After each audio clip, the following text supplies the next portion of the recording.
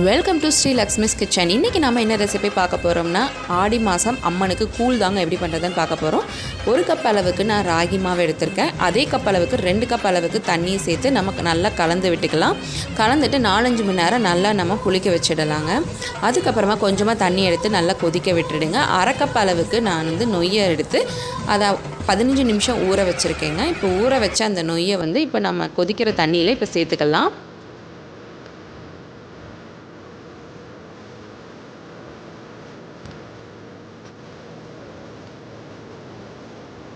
நம்ம அரிசி வேகிறதுக்கு கொஞ்சமாக மட்டும் உப்பு சேர்த்துக்கலாங்க. கடைசியாக தயிர் போட்டு நம்ம கிளறும் போது அப்போ நம்ம உப்பு சேர்த்துக்கலாம்.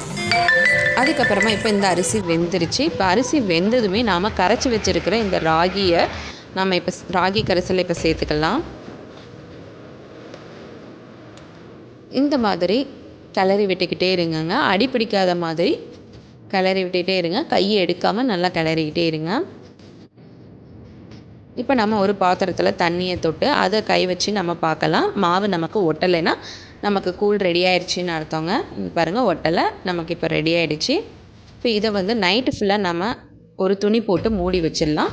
பாத்திரத்தை போட்டு நம்ம மூடி வைக்கக்கூடாதுங்க. இந்த மாதிரி ஒரு துணி போட்டு மூடி வச்சிடுங்க. அதுக்கப்புறமா மறுநாள் காலையில் எடுத்து பார்த்தா இந்த மாதிரி ஒரு ஆடை இருக்கும். இந்த ஆடையை நீங்கள் எடுத்துடுங்க. எடுத்துகிட்டு நமக்கு தேவைக்கேற்ப கூழை ஒரு பாத்திரத்தில் வேணும் போது அதை எடுத்துக்கலாம். இப்போ அதில் தயிர் சேர்த்துக்கலாம்.